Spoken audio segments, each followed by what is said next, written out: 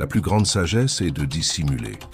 Se montrer trop intelligent provoque l'envie et la haine, tandis que faire semblant d'être stupide désarme les autres.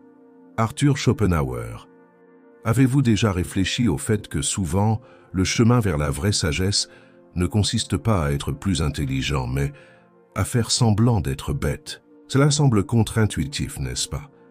Pourtant, c'est l'une des idées les plus intrigantes d'Arthur Schopenhauer, l'un des philosophes les plus profonds de la philosophie allemande. Il croyait que, souvent, le secret pour réussir dans les interactions sociales et même dans la vie consistait à ne pas montrer toute notre intelligence, à être stratégiquement moins malin que nous le sommes vraiment. Cela ne signifie pas être réellement stupide, mais dissimuler nos capacités pour manipuler les situations à notre avantage. Nous vivons dans une société où la quête de connaissance et d'intelligence est constante. L'idée que nous devons toujours montrer notre sagesse, que ce soit au travail, dans nos relations personnelles ou dans la société en général, est largement répandue. Mais et si cette quête incessante de l'intelligence était en réalité un obstacle à la réalisation de nos objectifs et à une vie plus satisfaisante? Schopenhauer avait une vision profondément réaliste de la nature humaine et de la manière dont les gens gèrent le pouvoir, le statut et la reconnaissance. Pour lui, l'intelligence n'était pas toujours un avantage. Dans de nombreuses situations, le plus intelligent n'est pas le plus performant, mais celui qui sait se cacher sous le masque de l'ignorance, ce qui, paradoxalement, peut représenter un pouvoir immense. Ce paradoxe qui consiste à faire semblant d'être stupide pour réussir est quelque chose que beaucoup de personnes tout au long de l'histoire ont appris à faire instinctivement, que ce soit dans les relations sociales ou dans leur environnement de travail. Ils ont découvert qu'en diminuant leur apparence d'intelligence, ils parviennent à manipuler les interactions en leur faveur, de manière discrète et stratégique. Mais alors, quel est le secret derrière cette stratégie? Pourquoi Schopenhauer affirmait-il que faire semblant d'être bête est en réalité un chemin vers la réussite dans la vie? La psychologie humaine montre que les gens sont souvent plus influencés par ceux qui paraissent plus humbles ou plus simples. En cachant notre véritable intelligence, nous parvenons à mieux nous connecter avec les autres. Rendons nos intentions moins évidentes et, d'une certaine manière, acquérons un pouvoir subtil sur ceux qui nous entourent.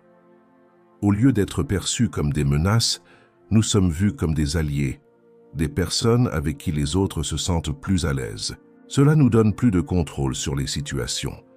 Mais et si c'était plus qu'une simple stratégie sociale, et si faire semblant d'être stupide était la clé d'une vie plus pleine, où l'accent n'est pas mis sur l'accumulation de statut ou de reconnaissance, mais sur la capacité à manipuler les situations de manière plus intelligente, sans que les autres ne se rendent compte à quel point nous sommes réellement en contrôle.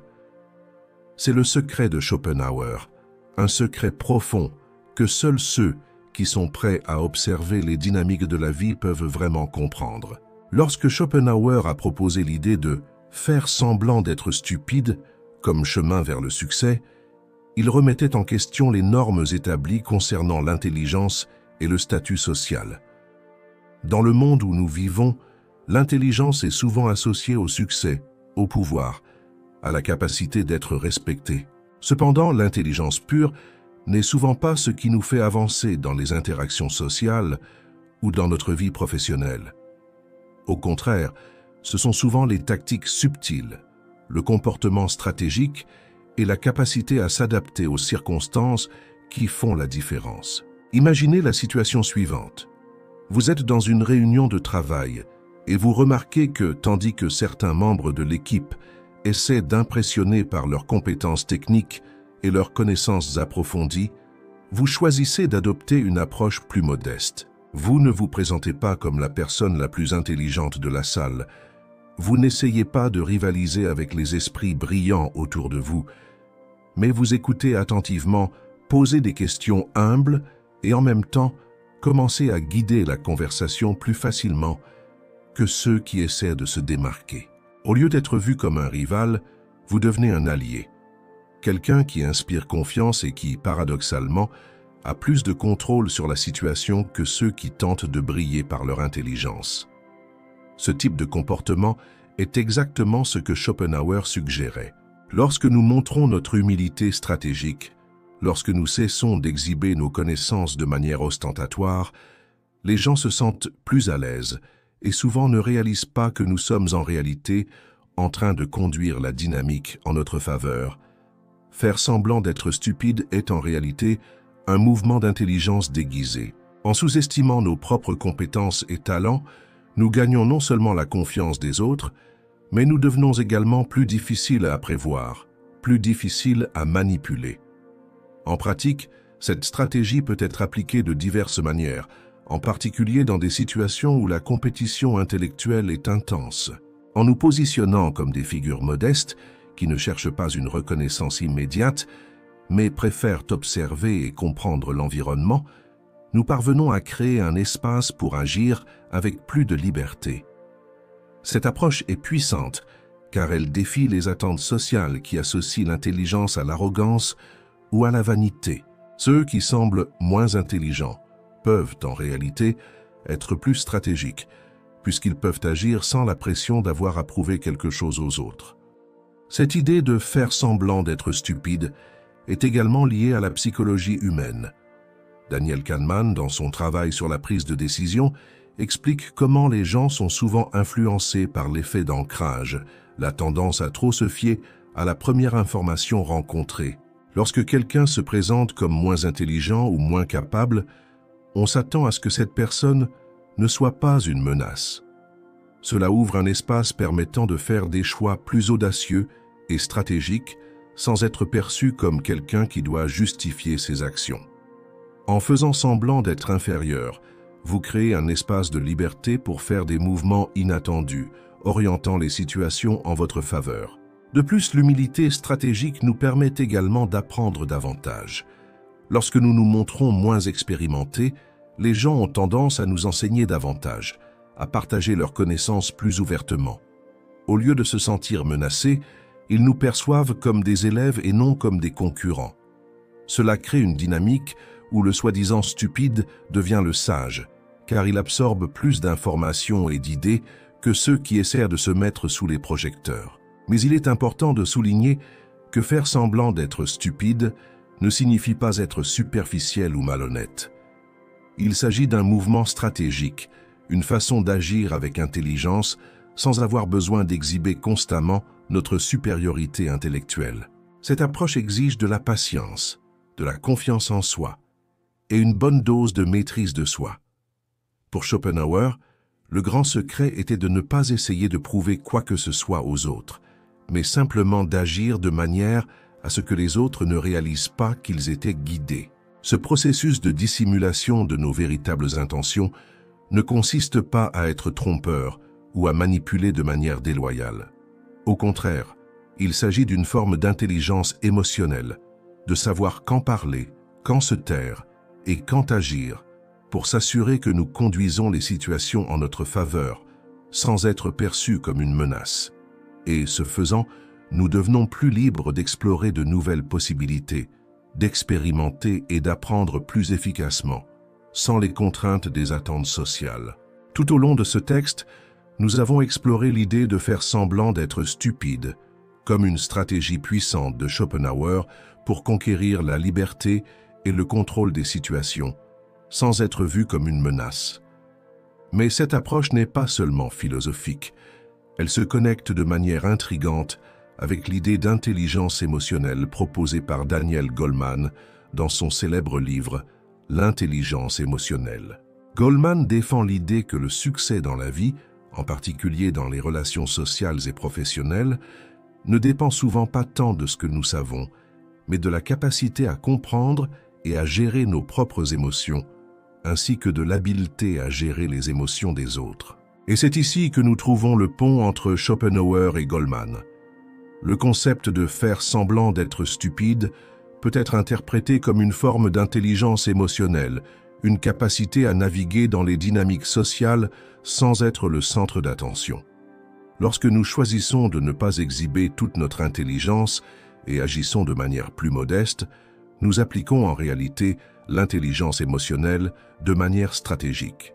Nous savons qu'en ne surchargeant pas les autres, avec nos capacités ou connaissances, nous pouvons créer des connexions plus authentiques et devenir plus performants dans nos interactions sociales. Daniel Goleman parle de la conscience sociale et de la gestion des relations comme compétence centrale de l'intelligence émotionnelle. En faisant semblant d'être moins intelligents, nous utilisons en réalité notre intelligence émotionnelle pour observer davantage, écouter davantage et surtout agir avec plus d'empathie. Lorsque nous choisissons de ne pas montrer tout ce que nous savons, nous créons une zone de sécurité émotionnelle pour les personnes qui nous entourent. Elles se sentent plus à l'aise et moins menacées par notre présence. Cela nous permet de construire des relations plus fortes et plus durables, sans avoir besoin de constamment nous défendre ou de rivaliser pour la reconnaissance. En vous positionnant comme quelqu'un qui n'est pas une menace intellectuelle, vous utilisez en réalité la capacité à comprendre le comportement des autres, l'un des piliers de l'intelligence émotionnelle. Goleman nous enseigne que l'une des clés du succès social et professionnel est la capacité à percevoir et à influencer les émotions des autres.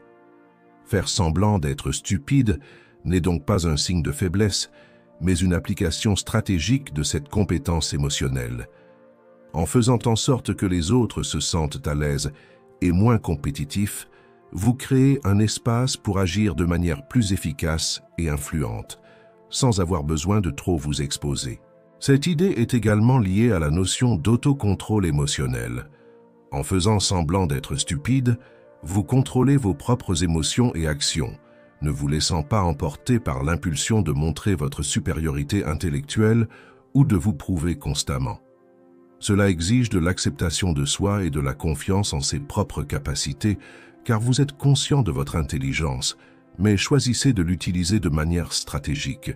C'est sans doute l'un des plus grands exemples d'intelligence émotionnelle en action.